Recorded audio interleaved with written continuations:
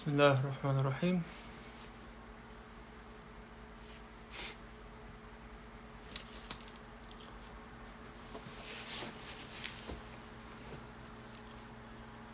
Assalamu alaikum. We're gonna wait a little bit for people to join. Welcome everybody, mashallah. Assalamu alaikum.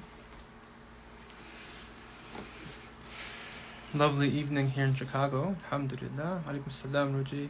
Ahlan wa sahlan. How is it where you guys are? Where are you all joining in from, and how is it there? It's almost summertime here in Chicago. We'll wait like 2 minutes, inshallah, we'll jump in.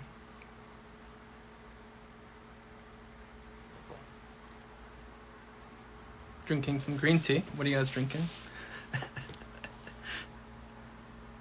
MashaAllah.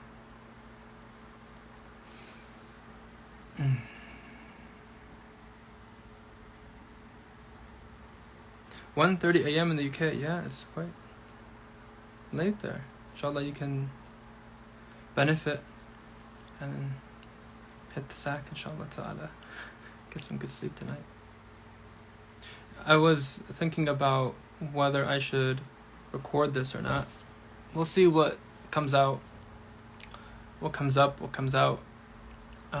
Depending on that, I'll see whether I want to put it up on Instagram. I'm going to save it, maybe put it on YouTube, but I'm just concerned with putting it on Instagram and possibly getting flagged and shadow banned for like 2 weeks, and no one sees my post and stuff when I do that. So I need to be careful. Yeah, it's recording now, so I'll download it and then we'll see, we'll see what's up. I think someone says something. It's quite warm in north of England tonight. Yeah, alhamdulillah. It's stuffy, warm and humid here. Chicago in the summers are humid. Alhamdulillah.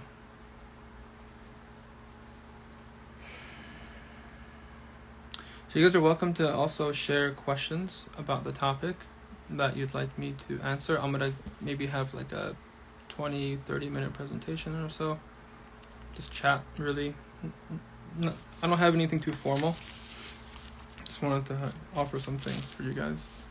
And then we'll do some Q&A, inshallah ta'ala, and wrap up around Maghrib time, which is about in 50 minutes or so. So, okay, Bismillah ar-Rahman ar-Rahim. People will be coming in, I'm sure. Allahumma salli ala Sayyidina Muhammadin wa ala alihi wa sahbihi wa sallam. Okay. وتتعلم التعليم وتذكر والتذكير والنفع والانتفاع والإفادة والإفادة والتحف على تمسك كتاب الله وسنة رسوله صلى الله عليه وسلم. Okay. Bismillah ar-Rahman ar-Rahim. Assalamu alaikum, everybody. So, I shared a little bit here on Instagram and on my newsletter that earlier this month, last month now, about mid-May, I went to a conference. It was a naturopathic conference hosted by the NMI, the Naturopathic Medicine Institute, and the topic was toxemia, and I thought it was a really interesting topic. So I flew out there for a weekend and sat with some of my old teachers, some new teachers, and had really nice conversations with peers and colleagues around what we're seeing as clinicians, what we're dealing with on the ground with people, the types of presentations and different formulations and different kinds of expressions of toxemia that we're seeing in different places. Because what's really interesting is that different people in different places are seeing different things. And that's expected, right? Even Ibn Sina, in his canon of medicine, talks about in the chapter on causes of disease and causes of health or lack of health, he mentions climactic changes and climactic influences. So where you live and the effect of the air and the water and the soil and the microbes and all of, he didn't say microbes, maybe we can say microbes, but the effects of these things on the constitution are huge. And so it makes sense that people that are like coastal are dealing with certain things that people that are in the mountains, or people that are agrarian and near farmland are dealing with, so on and so forth. So we had some cool conversations. But I want to come back to the principles. In the past, when I was doing a lot of these IG lives in the past, and I hope to do more of them, inshallah ta'ala, in the future, it's always about the principles, the axioms, the things that are almost immutable, or like laws of nature, laws of healing, laws of cure. And so I go back here. I have a book here by Dr. Henry Lindlar. The book's called Nature Cure, written about 100 years ago. He was a Hakim, and I really believe that. And I study his books, and it's clear to me that he had a very holistic, very deep understanding of the human being, of the influences of health and disease, and he was really ahead of his time. To the point where now we study his book as modern 21st century naturopaths and find it like very inspirational and very just, again, ahead of its time. Like, it's just, I don't think people understood what they had back then, and now we're just beginning now to understand it. One of the main teachings in Nature Cure is the 3 causes of disease, the 3 primary causes of disease. I'll go slow because I want you guys to get this. And if there's any questions, just share them. So he says here, there's 3 primary causes of disease. And this is my operating framework. Anyone who comes to see me as a clinician, this is what I'm working with, this is what I'm dealing with, this is how I think. Right? This is what I'm holding in the back of my mind when I'm listening to my patients tell me about what's going on and their symptoms and so forth. Okay? So, the 3 primary causes. Number 1, he says, is lowered vitality. Lowered vitality. I'll go into each of them in more detail, but I'll name them first. 1 is lowered vitality. 2 is abnormal composition of blood. Abnormal composition of blood and lymph. And 3 is the accumulation of waste matter, morbid matter, and poisons. Okay, so it's kind of older language, right? I'll break it down and translate it a little bit. But there's 3 main causes: lowered vitality, abnormal composition of blood and lymph, and toxemia, basically, the accumulation of morbid matter, morbid material, poisons, toxins, so forth. Okay? So what he says here, he says lowered vitality is due to things like overwork, night work, excesses, overstimulation, poisonous drugs, alcohol, and ill-advised surgical operations. So vitality is this, it's this feature of afia, it's this feature of balance and wholeness. When the fitrah is connected and it's spread through the entire organism, and the person's feeling the flow of life within them, and there's a harmony in the limbs, and there's a seamlessness and ease with the physiological functions, and everything's in harmony, you feel this sense of vitality. You have this sense of strength, this clarity of perception. You have this clarity of purpose. You have this ease of movement, right? There's ease. There's afia. There's a stillness of the heart in prayer. Like, you're not getting, thrashed by life. There's a groundedness. There's a composure.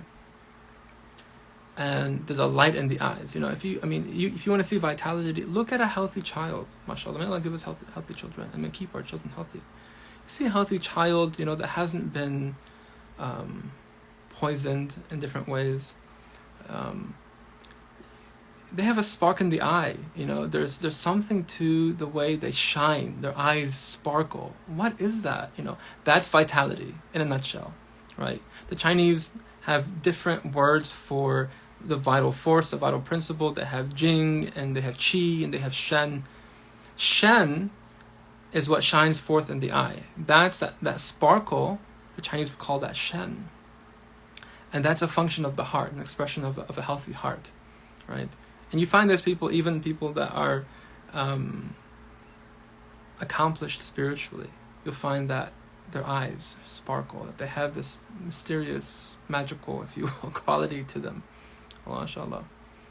And so vitality is this natural consequence of us being in harmony with nature, with our own nature, and the greater nature that we're created in, right? But this can get drained. And so he talks about the excesses of life, working late, sleeping late, waking up late, waking up early, over working out, overworking, long days, long nights, stressing the mind, ruminating and brooding over past griefs and worries and the burdens of all of that, and just draining yourself, right? Draining, being really heady and really disconnected from what's going on around you, just up here. That spends on you. That is not regenerative vitality, right? A regenerative activity would be like going for a walk, because al-harakatu baraka, right? So you spend energy, but then you get stuff back. But when you're sitting there and just brooding, right, you're spending your vital force, and you're not getting that back. And so this is the word vitality, abnormal composition of blood and lymph due to the improper selection and combination of food. This is so important. So here, basically number 2 is malnutrition. The abnormal composition of blood, right? The weakened blood is due to malnutrition that is not giving the body what it needs. When the body is not given what it needs to be strong, the blood becomes weak, and then all of the organs and tissues and physiological functions that are dependent on the blood, that take nourishment, take resources, take support from the blood, the river of life, which is the blood that carries everything, will be deficient, right? So it won't have what it needs. And so we need to be able to choose. Here he talks about the improper selection and combination of food. Choose the exact foods and avoid the foods. Sorry, I'm getting distracted by the people coming in. Choose the right foods that are good for us, that we are able to build our blood with, and avoid the foods that we are not able to digest and metabolize and build the blood with. Because there are certain foods, without a shadow of a doubt, that are complementary, and there are others that are harmful and maybe even toxic to us. And this is what something like the Carroll Food Intolerance Evaluation is all about. Now, the OG Carroll was one of the students of Henry Lindlar. Really interesting, right? And so there's a lineage of people that maybe know, who are my patients here and have had their food intolerance tested.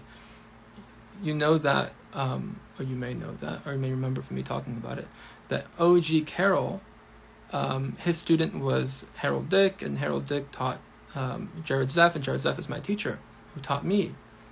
But OG Carroll is actually a student of Henry Lindlar. And here, the improper selection and combination of food becomes so important, because that is how we optimize the blood. That is how we build the body and build the tissues. We build the blood by making sure that we're able to digest everything that we're eating. Because if you're eating foods that you can't digest, what happens to the food in the gut? Nothing, and that's the problem. Stuff is supposed to happen to it. It's supposed to get digested, and the nutrients extracted and absorbed and assimilated, and then everything else is taken out. And there has to be this flow. There has to be this kind of consistency of process. But when you can't digest the food, what happens is that it just stays there, and it can cause inflammation and toxemia, and in the long run, it sets up chronic disease. This is why, what do all the hakims, any hakim of any tradition, Ayurvedic, Chinese, TCM, Unani, now Western naturopathy, they all share the same philosophy and the same understanding. What does everyone say is the cause of disease? The stomach, the gut. The gut is the core. The gut is the center of the body. I tell my people, the gut is the center, it's the hub of the wheel of health. And all the spokes coming out of the hub include hormones and immune function and your metabolism and your cognition and your memory and your affect, which is like your emotion. And I would argue even your spirituality.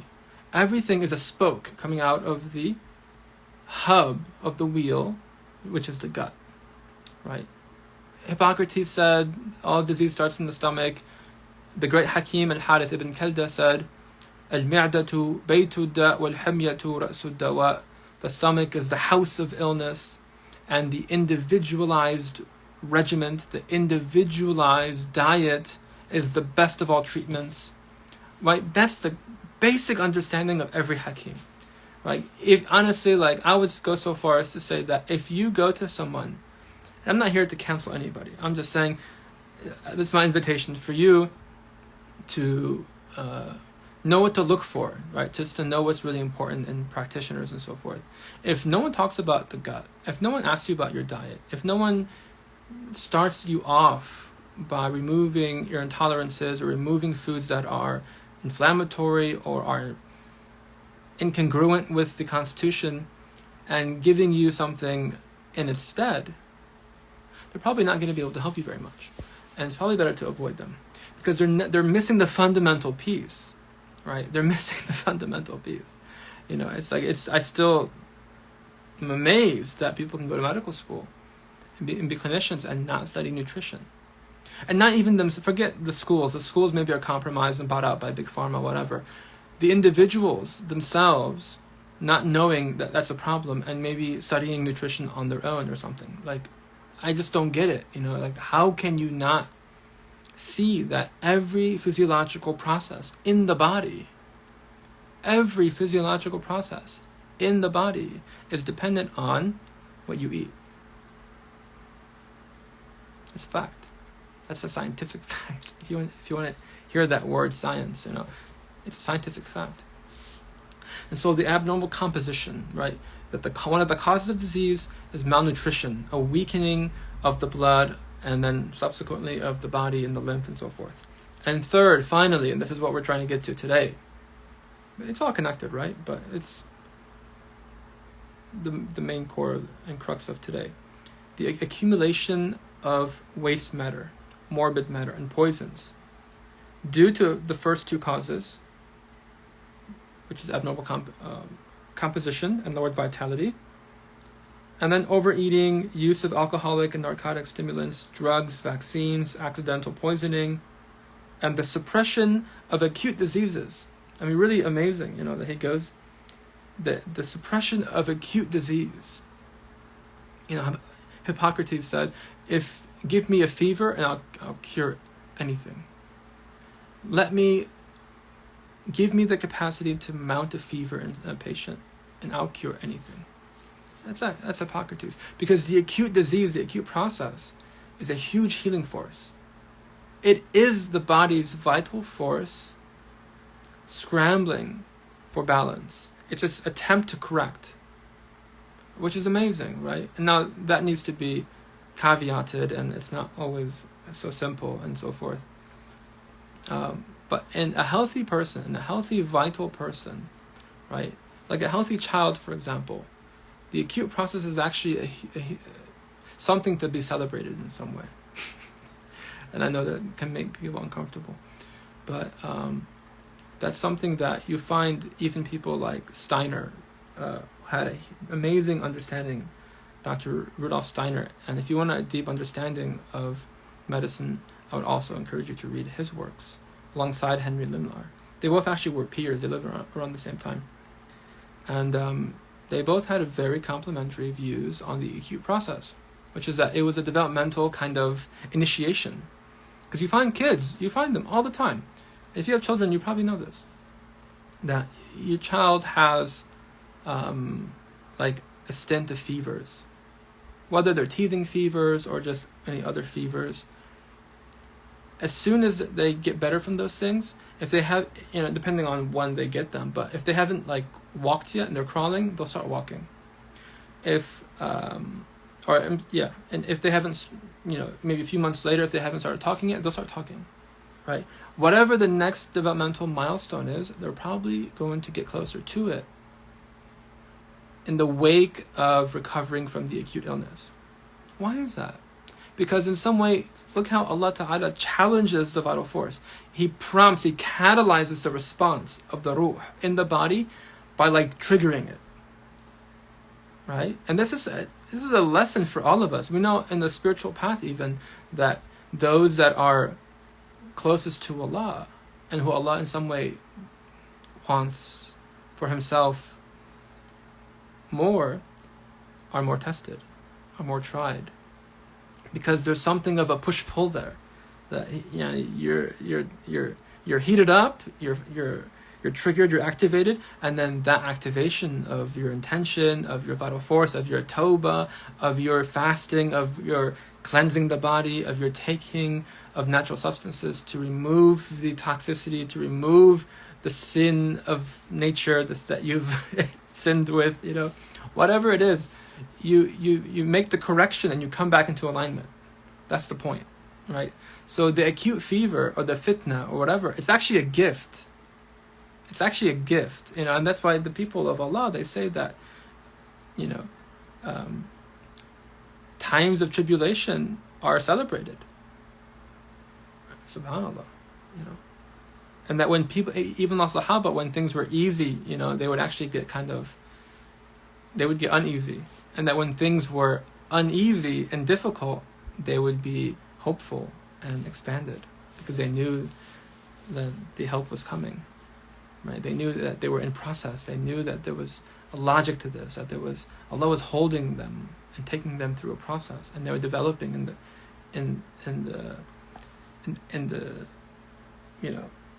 but as they go through that, and so they just had to hold on and be patient. And so same with acute things, in a physical kind of physiological sense, and maybe even an emotional sense, right? Maybe even an emotional sense, like people going through mental health issues, and with COVID we saw a lot of that. And a lot of it is, from errors in diet and overwork and stress and loneliness and being isolated and the fear and all of that was going on in that time. That was really debilitating for a lot of people and causing of mental health. But also it's just like Carl Jung talks about, mental health breakdowns, if you will, being a transitionary kind of expression of the soul. As it's growing, it kind of acts out in these ways, but it's actually a good sign. It's actually a good sign. So these are the three main categories of toxicity. Of the three main causes of disease, right? The main cause of disease that I want to offer, though, is this diet piece, which is so huge, because most people overlook this thing. Everyone's looking for the quick kind of solution. What's the herb? What's the homeopathic? What is the acupuncture protocol? What's the workout? What's the prayer? What's the dhikr? What's whatever? What is it? But really, it's these changes at fundamental dimensions of our lifestyle that are really, really core. And I spoke, I made a video yesterday about the movement and whatnot, harakatu baraka, movement and getting outside, and that the vital force is aligned with the blood, and as you move the blood, you move the chi, you move the vital force, and that's really helpful. But diet becomes something so important because most people don't understand how deeply affected they are by what they eat. Not just energetically, the food, hot, cold, wet, dry, and stuff like that. That's true too. But even at a basic level of, are you digesting your food or not? Because if you are not digesting your food properly, you're causing toxemia in the body. And that is a fundamental thing that you're doing that is setting up the body either for health or disease.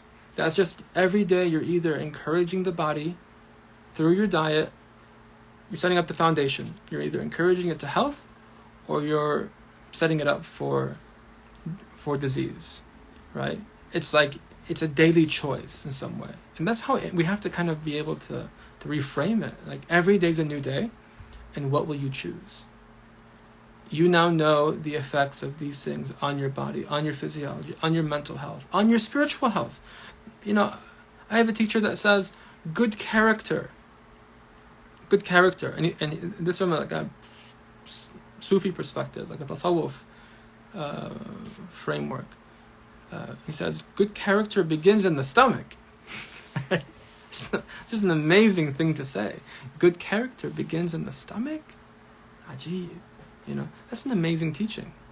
So it's not just your physiological health and your mental health. It's also your spiritual health that's at stake here. That if you eat well, your body's stronger. If you eat well through the gut-brain connection, and also just the whole connection, the totality of connection that is you, right? It's not just the gut-brain. Like everything's connected. You know, your brain foot, your brain hand, your brain heart, your brain liver. Like everything's connected. You know, the brain gut. Everyone loves that connection. It always talks about the gut-brain connection. Sure, I mean it's a big connection. The enteric nervous system and so forth. I got it. The vagal nerve and all that. Got it. Beautiful. But the nervous system is like one big web, and that's what people don't really understand. Like it's not just one directional kind of highways. You know, everything's connected. It's one huge web. And everything's constantly speaking to one another. And then, probably beyond the scope of today's talk, but there's a field that the whole body is like marinating in, right? Cause due to poor connection. Bismillah. Can you guys hear me? I think we're okay. All right. We good? Bismillah. Okay. So, how do we check for what foods we, for what foods we can tolerate, for which foods we can digest? Well, there's a certain method, and those of you that are familiar with my work and stuff like that, you guys can check that out online. But diet becomes the most important thing, because if you can optimize the gut, you can optimize the stomach, the house of illness, where everything begins. The house means like the origin. If you can get the origins right, you're on the right track, right? But then, so diet's there. What about movement? Movement we talked about yesterday in that little short. Everyone needs to be moving. Everyone needs to be in harmony with nature. What's nature doing? Constantly flux, constantly changing. You don't see the seasons come jarringly to a halt. You know, you don't see the sun just post up, you know, at 45 degrees, says, I'm tired, I'm not gonna keep moving today. I'm gonna cook these people today. No, nothing does that except the human being, because we have this separateness that we can access. The separateness from process, the separateness from nature, the separateness from God, from Allah Ta'ala. That becomes a huge problem. It's also one of our gifts, in the sense that we can transcend our immediate attachments, if you will. But that's a higher gift that needs to be employed and put to use in a very specific way, right? We're not supposed to fragment from our humanity. We're supposed to ground in it and mature in it and become whole through it, and then from there ascend, basically, right? It's like instead of we transcend and leave, you know, like here's the body kind of thing, like instead of transcending and like leaving the body, it's like you transcend and include it, you know. It's like, and then you just keep doing that. It's like transcend and include, and then transcend and include, and then you become more and more whole as you do that, right? But you never reject anything, right? This whole idea of rejection of the soul, of rejection of the self, and so forth, that's not a Muslim idea. You never find the Prophet ﷺ talking like that. Now there's struggle, right? There's mujahada, there's a struggle against certain elements of our nature, and that's a good thing. But that's not fighting, and that's not suppression, and that's not war. That's not destruction and war, killing and subjugation and so forth. That's more of a feature of the non-Muslim worldviews. Yeah, our worldview is the middle way, and it's the perfect way, alhamdulillah, and it's the way of wholeness. It's the way of wholeness, and you can't be whole if you're cutting something off. It's a very modern way. It's like, oh, there's a problem, in my body. It's something's breaking. Oh, just chop it off. Oh, I'm back to normal again. It's like, it's not sure how that works. You can't just chop off what's convenient. Maybe you should have a look at why that thing was broken. Why was your finger gangrenous, in the first place? You don't solve it by chopping it off, right? Nor do you solve your internal, emotional, relational, psychological, spiritual issues by just fragmenting from your body and fragmenting from yourself and adapting some sort of persona, some ego, and saying, this is me. That's not who you are, not really who you are, right? But you have to go through a process of healing and integration and digestion, right? Going back to diet and digestion, to digest yourself in a way that you can begin to integrate whatever needs to be integrated and transcend into the next whole level of wholeness of who you are. Yeah? I'm going to pause here. Any questions? How is this landing with people? I kind of got through the first part of the 3 causes of disease. I'm kind of just going off whatever, because I don't really have notes right now. Is this landing? Is this making sense? Are there any questions here before I continue? No, I'm not vegan. I don't believe veganism is healthy, though I will say that some people are meat intolerant. That's what comes up on the Carroll test, and I recommend them to avoid meat. That means land animals. They're usually fine with seafood, and I definitely encourage them to have a lot of dairy. I mean, if they can't have meat, they need animal fat. I encourage them to have a lot of raw dairy. I encourage them to have cheeses, kefirs, what else? Seafood, right? Eggs, for sure. All sorts of things like that. They need animal protein. Absolutely. I am not a vegan. I think veganism is very anti-fitra. I don't believe it's fitri at all. Right? Though, yeah, some people can do well on a vegetarian. And I think one of the interesting things that comes out of the Carroll method evaluation is that, there's people that are meat intolerant, dairy intolerant, potato intolerant, egg intolerant, soy intolerant, grain intolerant, sugar intolerant, fish intolerant, seafood intolerant, all sorts of things. There's no vegetable intolerance, which is so interesting. No one's carrot intolerance or lettuce intolerant or celery intolerant or cilantro intolerant or whatever, right? Which is so interesting to me. So this idea of a plant-based diet is solid. I think that's a very good way to understand kind of what the foundational recipe and ingredients of a good diet is.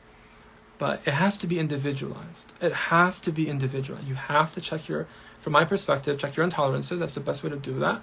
But you have to somehow individualize it, right? And different people have different ways of doing that. But yeah, I'm not a big fan of veganism at all, actually. Good, resonating, alhamdulillah, good, loving topic. Thank you for the digestion. It reminds me of a poem from Rumi, Burning Copper. I don't know what that poem is. Can you share more about that, please? Can you address detoxing to restore gut health? Yeah, so detox is good.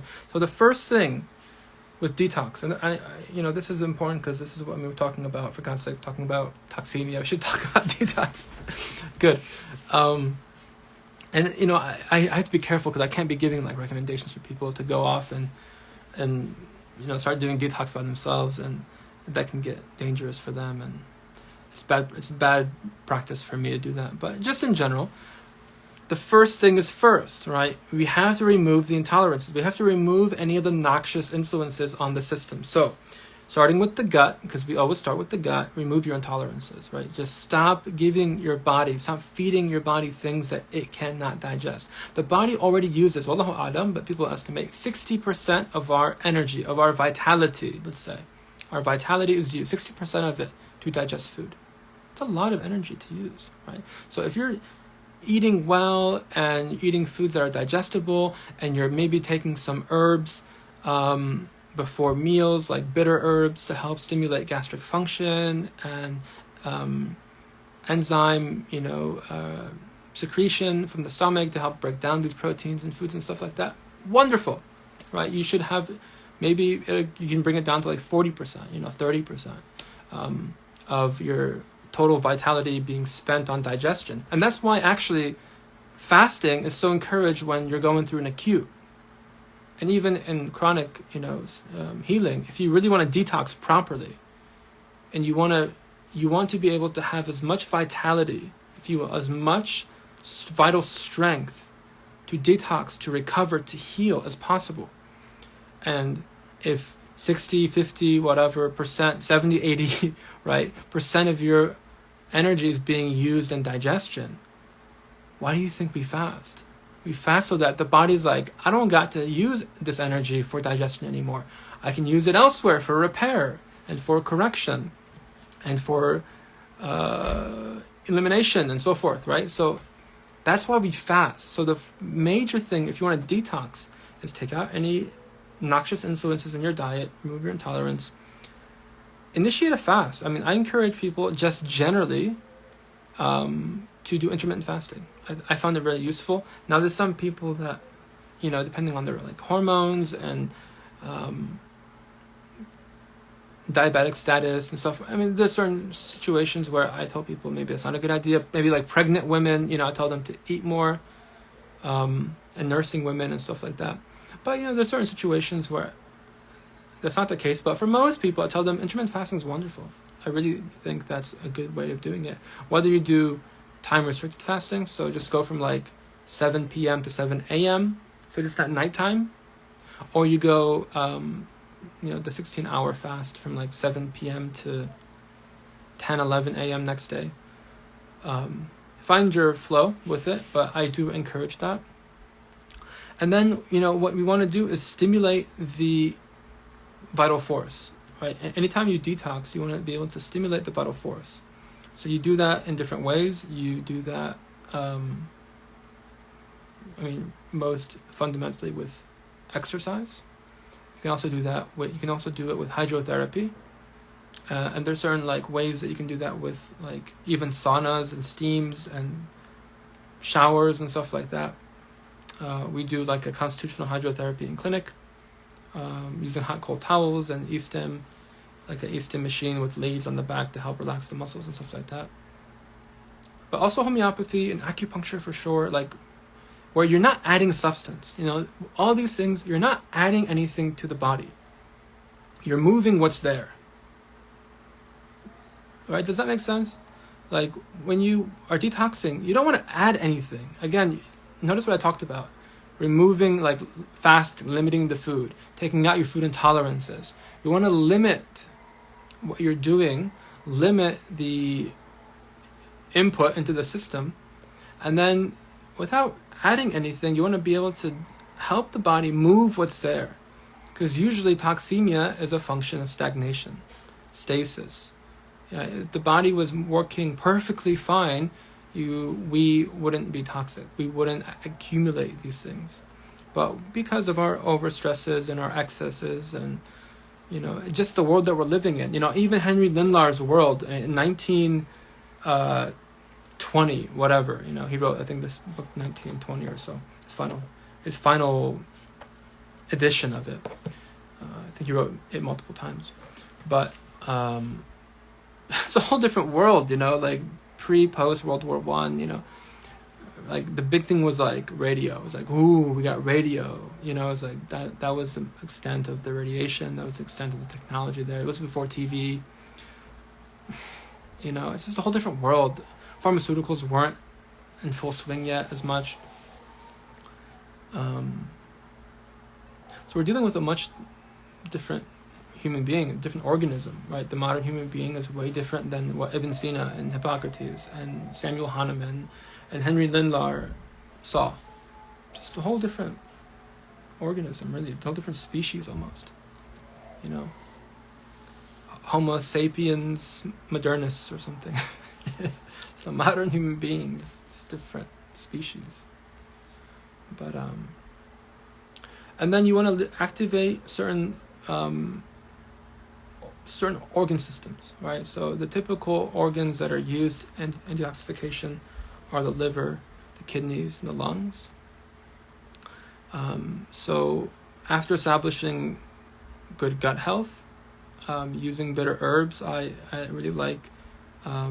So you can go on Fullscript. Fullscript's my online dispensary, and you can find this product called Gentian Skullcap. It's a very elegant, simple, safe combination of two herbs. Gentian is a herb, Gentiana lutea.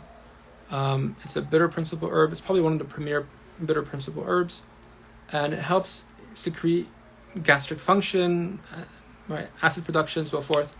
So you're able to break down the food, because the stomach has to be acidic. The stomach has to be hot and acidic to break down the foods. That's what it needs to be, right? Which is really amazing, because, you know, if you, like, the level of acidity in the stomach, I mean, just really think about it, it's amazing. The level of acidity in the stomach, if you were to pour it out onto your skin, it burns holes through your skin. But it doesn't burn you in your stomach, right? But if you were to take hydrochloric acid and drink it, and it has the same pH as your stomach, it burns holes through your stomach, right? Which is so amazing. So there's something about this principle of synergy, that when something is totally synergistically aligned and embedded with the whole that it's operating within, it's constructive, it's in harmony. That even if it has a job that's very aggressive and forceful, it won't harm the whole, right?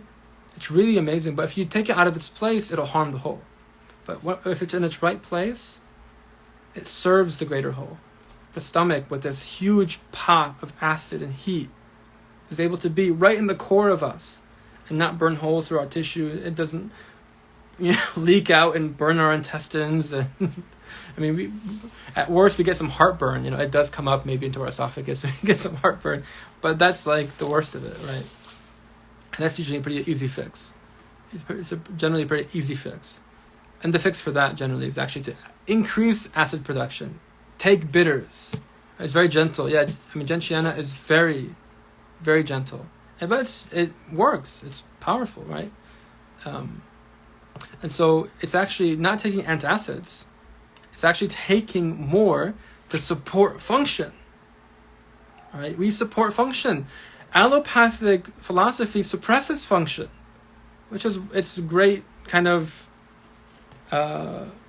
oversight, to put it mildly. You know, it's like allopathic against the pathology, against the symptom. And so you have acid. What do? We take an antacid, an anti-acid, because we take anti-inflammatory for inflammation, and we take an antibiotic for bacterial infection, and antiviral, and antiparasitic, and anti, because we're always going against the symptom. And that's a feature of allopathic philosophy. From a naturopathic, perspective, and a hikmah perspective, how do we support the integrity of the whole? How do we support function? Because if we can support function and put it back in its proper place, everything goes back to normal. That's what it's all about, right? It's like in permaculture, I say this, the similitude of naturopathic medicine to allopathic medicine is that from permaculture to regular farming. Regular farming, what? You see weeds and you spray glyphosate on it, and you use GMO seeds, and you do all these really artificial big pharma, big agro interventions to help get this crop that you want, which ends up being this very anti-health, anti-nature product. Where in permaculture, we're looking at, oh, okay, so we have this piece of land that's clearly weeded, and which is a sign of weakness. Weeds are signs of weakness. So how do we strengthen the terrain? How do we strengthen the soil? Okay, well, let's crop rotate. Let's use compost. Let's make sure that, there's no pesticides, no chemicals being used and sprayed here, or like sprayed adjacently and carried by the wind, whatever. That the water is being used. Maybe we're, introducing proper bacteria and stuff like that.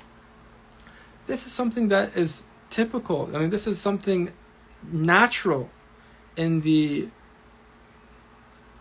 psyche of a permaculturist. Right? That's how they think. They think in terrain. They think in how do we support function and structure, not how do we suppress the symptom. I was talking with my friend who's a permaculturist, and he was telling me about an example where he was in Saudi, and I shared this before, but I'll share it again. And he was asked as a consultant, like, what should we do in Saudi? There's somewhere, I think in the northwest, they're cultivating land, and they're having this invasion of locusts, insects on their crops. And they're saying, hey, what should we do? Should we spray the locusts with pesticides, basically? And he's like, no, you'll destroy the crop and the land even further. He's like, listen, what's happening here is that you've sprayed here before, and maybe you're doing other things here that have weakened the soil. So the crops that are coming out of the soil are of a different composition. Normally they're protein rich. This crop that you have is carb rich, and locusts love carbs. They're coming after your crops because it's like candy, because it's not the real thing. So he's like, listen, strengthen the soil, strengthen the crop. The crop will be will have a more protein dense composition, and at that point then the locusts will go away because they don't like protein, they like carbs. Right? You fix the terrain. You don't just sit there and spray the crop. You strengthen the soil that the crops are coming out of. Right? So that's a huge discrepancy. It's a huge contrast from one system to another. And you can't mix them. You can't have this integrative approach. I mean, we can have a common language and, have kind of an integrative kind of a greater integrative understanding and respect for one another. But these philosophies, it's oil and water. Like you can't really mix them, right? One is like, let's just get rid of the symptom at any cost, by any means necessary. The other is like, no, let's be gentle and support the body and like listen to its needs and have a full assessment and individualize the care and strengthen the ground. Right? From the interior out, from the core out, from the foundation up, so forth. It's a whole different approach. Strengthen the soil, earth core is the gut, i.e. the gut and the homeostasis. Exactly, yeah. The microbiome, the little world that is in the gut, right? The soil is our soil is the gut. In the same way that in permaculture they talk about the bacteria and the parasites and the worms and all that's necessary for life. We have those things too. You have trillions of those critters inside of you, and you need them, and they live in harmony with you. No problem whatsoever. You actually would suffer if you didn't have them. We would suffer if we don't have these billions and trillions of bacteria in our gut. They help us with our metabolism, with our immune function. A lot of them can help produce vitamins like B vitamins for us, which are immune supportive. I mean, this is from the creation of Allah Ta'ala. لا تبديل لخلق الله. There's no creation, there's no alternation of the creation of Allah Ta'ala. I mean, it can get adulterated, but we're not supposed to. That's the problem. We have to correct it. We have to make tawbah. We have to come back to health. Right? We have to come back to health. Did I miss anything? Allah.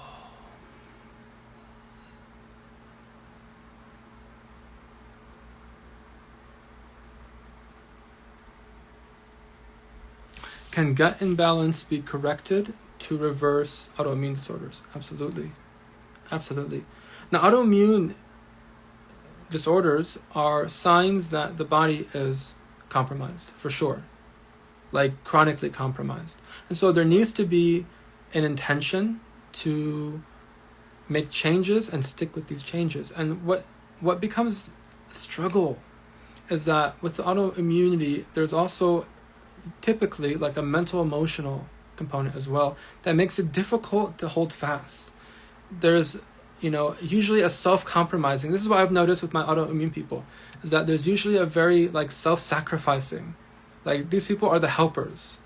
They're the ones that attend to other people's needs at the expense of themselves, right? So with autoimmune people, like, yeah, gut health, of course, just like for everybody and for everything, it needs to be like the first thing that you do. But it's the follow-through that I find with the autoimmune people, because they have difficulty helping themselves. Taking time off from work, taking the time off from family, spending on themselves, getting care, right? That becomes the huge thing with autoimmune people. And that's why I do counseling. Like people like that, I encourage them to really come to terms with what they're dealing with internally. Like why do you find it so difficult to give yourself? Right? They're so they can get so attached, so identified with being the giver. I give love. I heal. Right? This is why so many doctors oftentimes are really unwell, and nurses and chaplains and social workers and therapists and the people in these roles, because they're the ones that administer care. They don't receive care. They don't need care. And then they wake up one day with a rude awakening. May Allah protect us and give us health and well-being. Right? So yeah, of course, gut imbalances for autoimmune disease, it can totally be done. But what I find to be an even more insidious problem with autoimmune cases is their tendency to self-sabotage, to put it mildly. Nas'alullah al-afiyah wa tawfiq. What would you advise as general best principles in regards to diet? So I aside from removing your intolerances, I really like and believe in, without being dogmatic about it, but it just makes sense to me. It makes a lot of sense to me. The Weston Price traditionalist kind of perspective on diet. So if you're not familiar with Weston Price, he was a dentist who traveled the world and studied people's diets and lifestyles and stuff like that. And he was really impressive because he was circumspect. He was a scientist. He studied this stuff deeply, and his book is really phenomenal. And his students are like also they've expanded on his approach and stuff like that. It's very basic, which is basically just eat everything, but the best quality. So, and to eat what your parents and grandparents, probably like your great grandparents now, ate. So he went to people that were living on the coast and studied their diets and found them eating whale blubber and fish and caviar and stuff like that, right? He went to people in the mountains and found them eating certain things, eating animals, eating the whole animal, eating organ meats, having fermented foods. People that were nomads, they were having camel milk and fermented like camel kefir, and they would have animal and not really a lot of grain, obviously, because they're on the move so much, or crops in general, vegetables. But they got their stuff, right? They got what they needed, and everyone basically got what they needed from what was available to them, which was really impressive. He was very impressed by that.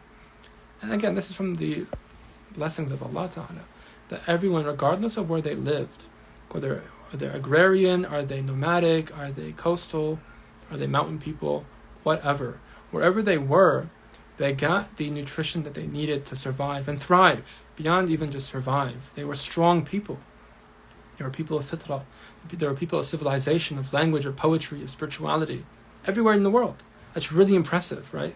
So it's not about having one diet. There's no one diet. That's kind of stupid, right? There's a lot of different ways of getting everything you need. What's really more important is making sure that you can digest everything and diversifying. So I encourage people to after you remove intolerance. So for example, mine's potato. I love potato. I can't have potato. So I avoid potato as much as I can. Aside from that, I have veggies. I have meat. We get raw dairy delivered every week and raw cheese. And we make our own raw yogurt. We have soups and broths. I have we get fruits, organic fruits, nuts and seeds. I try to avoid them lately, but I just love them. But nuts and seeds, I tend to find that they spend on my energy, even though I love them. But anyways, you get the point. I eat basic organ meats, fermented foods. So I have kombucha. I mean, I always have kombucha in my fridge. Like every time my wife is going shopping, she's like, "What do you want?" I'm like, "Kombucha." What do you want? Kombucha. What do you want? Dark chocolate and kombucha. As long as there's really good dark chocolate in my house and kombucha, I'm a happy man. I like to have a little piece of dark chocolate like this. This what's it called? I'm not getting sponsored here. Maybe I shouldn't wait until I get sponsored by these people to show off. The endangered species stuff, So I have a piece or two after dinner, and that's my sweet tooth getting satiated. But that's my candy. Otherwise, that's what we eat, right? I have a diverse diet. We have traditional Arabic food. We'll have certain, burgers sometimes and pasta and stuff. But we have to dance around these intolerances and stuff. But I make juices. I like to make juices. I like to make smoothies. I like these types of things. I'm usually really busy and on the go, so I don't like spending too much time making meals. And when my wife is gone, I actually just salad and chicken breast, really typical bro diet, very basic. I'm not really a big foodie as a naturopath, whatever. I'm not a big foodie. I'm very simple. I'll make a juice and then make a salad with some meat on it, and maybe one day I'll grill some liver and onions and mushrooms on a bed of quinoa, and that's really easy and it's nutritious and I feel amazing on it. So that's the kind of general thing. I would encourage you to, whoever asked the question now, check out Deep Nutrition by Catherine Shanahan. I would encourage you to check out Sally Fallon's work, Nourishing Traditions. I would encourage you to check out Weston Price's book himself called Nutrition and Physical Degeneration. Yeah. Those are good books.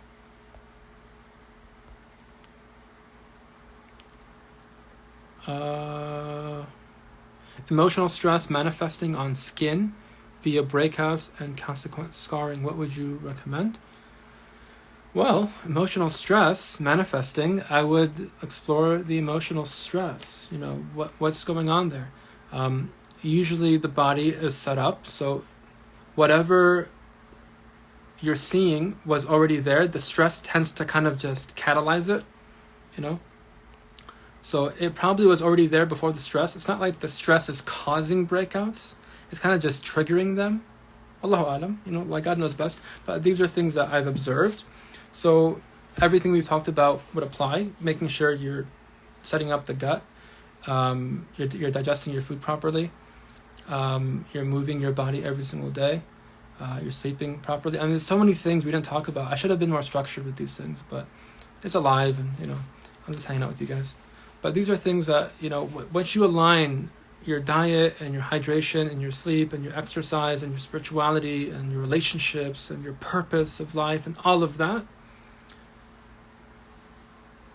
things get better. This is the basis of nature cure. Henry Lindlar, nature cure, just align yourself with nature. It's not so simple. I don't want to be, and that's not like a kindergarten tutti frutti medicine here. Just align yourself with nature. Just eat, just drink celery juice and go for a walk and you're going to cure cancer. I'm not saying that obviously, but that is the basic philosophy, right? That we are people, we are creations of Allah Ta'ala, and we are parts of nature. We're not, we're maybe at our best, Khalifatullah fil ard.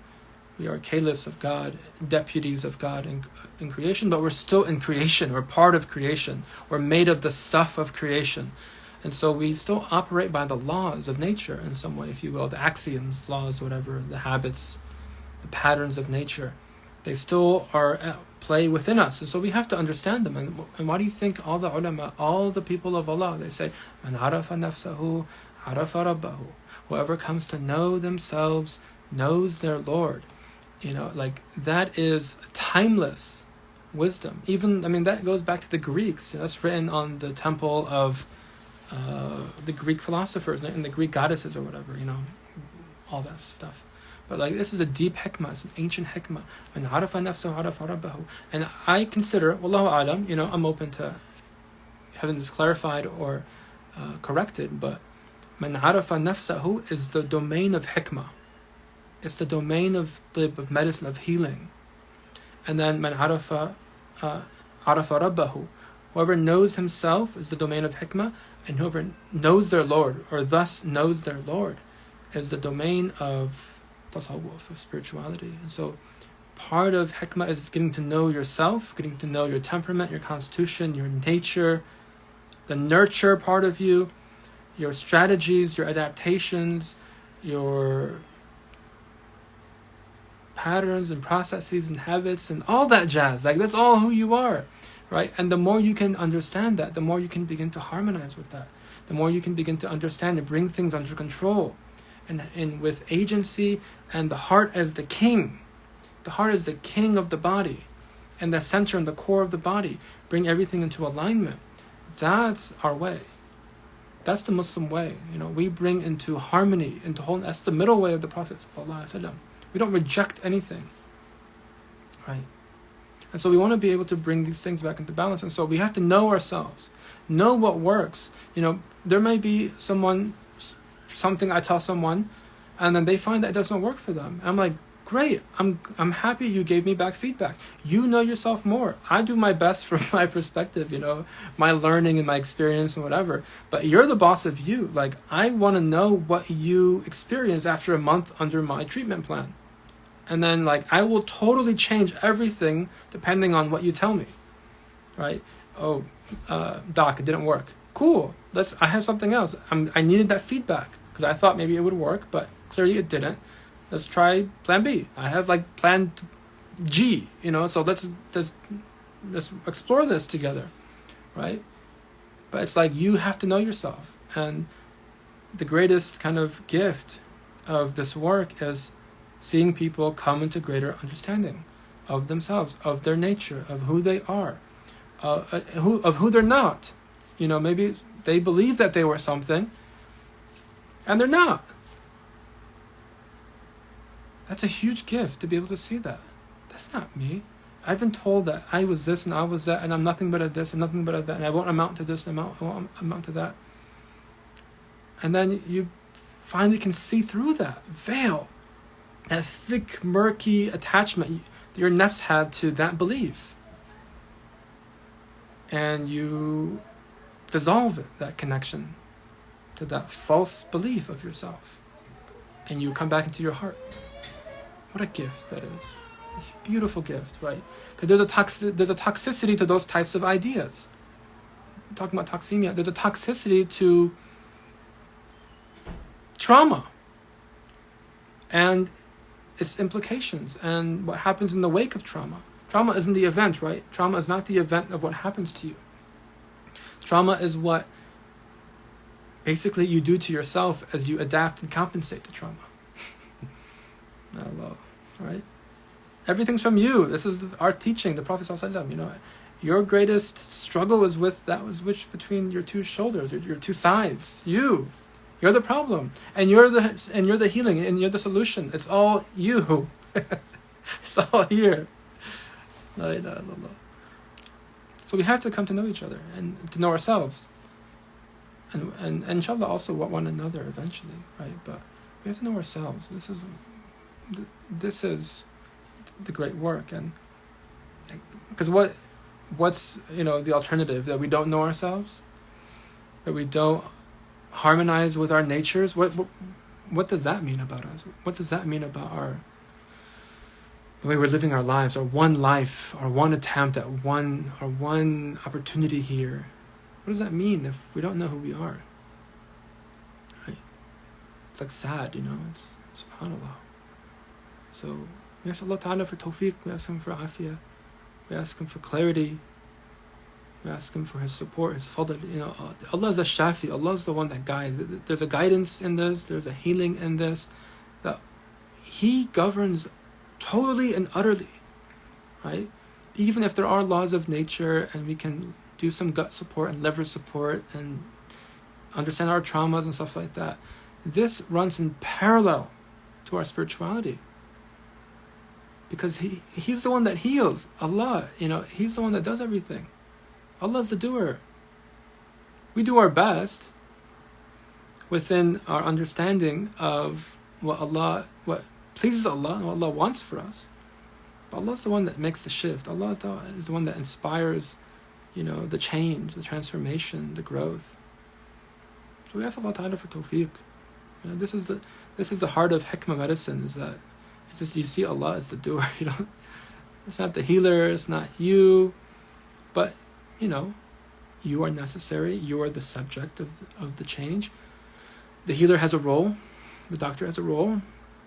So everything, you respect the means, but it's just knowing that everything's with Allah, and we have to ask Allah Ta'ala for afiyah. This is the time we all have to use our iman and bring it into the domain and the intentions of healing and well-being. Ask Allah Ta'ala for afiyah. What's the greatest? The Prophet ﷺ was asked, what is the dua that we should ask for when we're in a place of ijabah, of a place of being answered? Our dua is answered. What do we ask for, Ya Allah?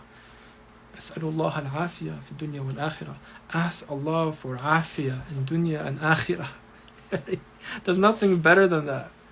Ask Allah for comprehensive vitality and well-being in this world and the next. That pretty much covers it, right? La ilaha illallah. So we ask Allah Ta'ala for afiyah and tawfiq, inshallah ta'ala. Allah. Any other questions? Quick questions before we should wrap up here. I'm going to go pray Maghrib. And I don't want to keep you guys all. Any questions?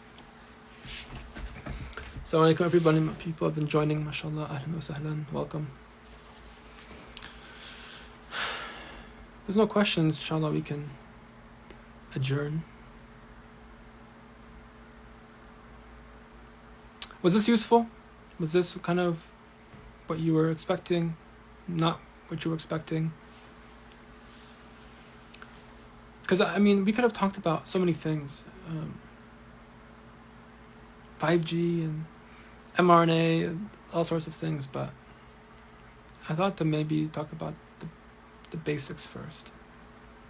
Plus, if I talk about those things, this thing will get flagged. I think me just mentioning that now, this thing's going to get flagged.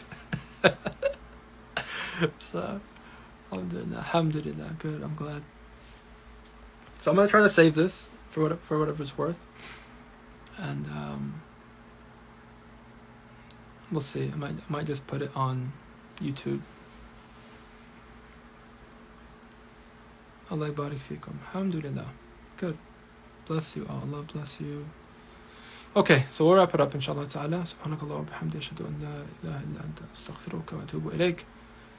Alhamdulillah. Allah barik fikum. Inshallah, I wish I was longer. Thank you, Sidi. Inshallah, we'll do these more. I'm doing a lot of things behind the scenes, like a lot of stuff has been happening. Alhamdulillah, but I do miss doing these, so I hope to do more of them. I actually have an announcement later this week. I think I'm going to be doing one of these with a special guest next week, maybe 2 weeks. We'll see. I'll keep you guys posted, inshallah. Stay tuned. But I think I'll be doing one next week on homeopathy, one of my favorite topics. So hope you'll join us for that one, inshallah ta'ala. Any requests for topics, you're welcome to send a message. I'm open to kind of crowdsourcing topics and stuff like that, because I have my ideas of what's cool and exciting, but then maybe you guys don't really care for that and want something else, and I want to be able to support you all on your journeys, inshallah. So, okay, everyone take care, inshallah ta'ala. Keep us in your prayers, please. Allah bless all of you and your families. Keep you safe and sound and healthy and strong, inshallah ta'ala. Till next time, assalamu alaikum wa rahmatullahi wa barakatuh.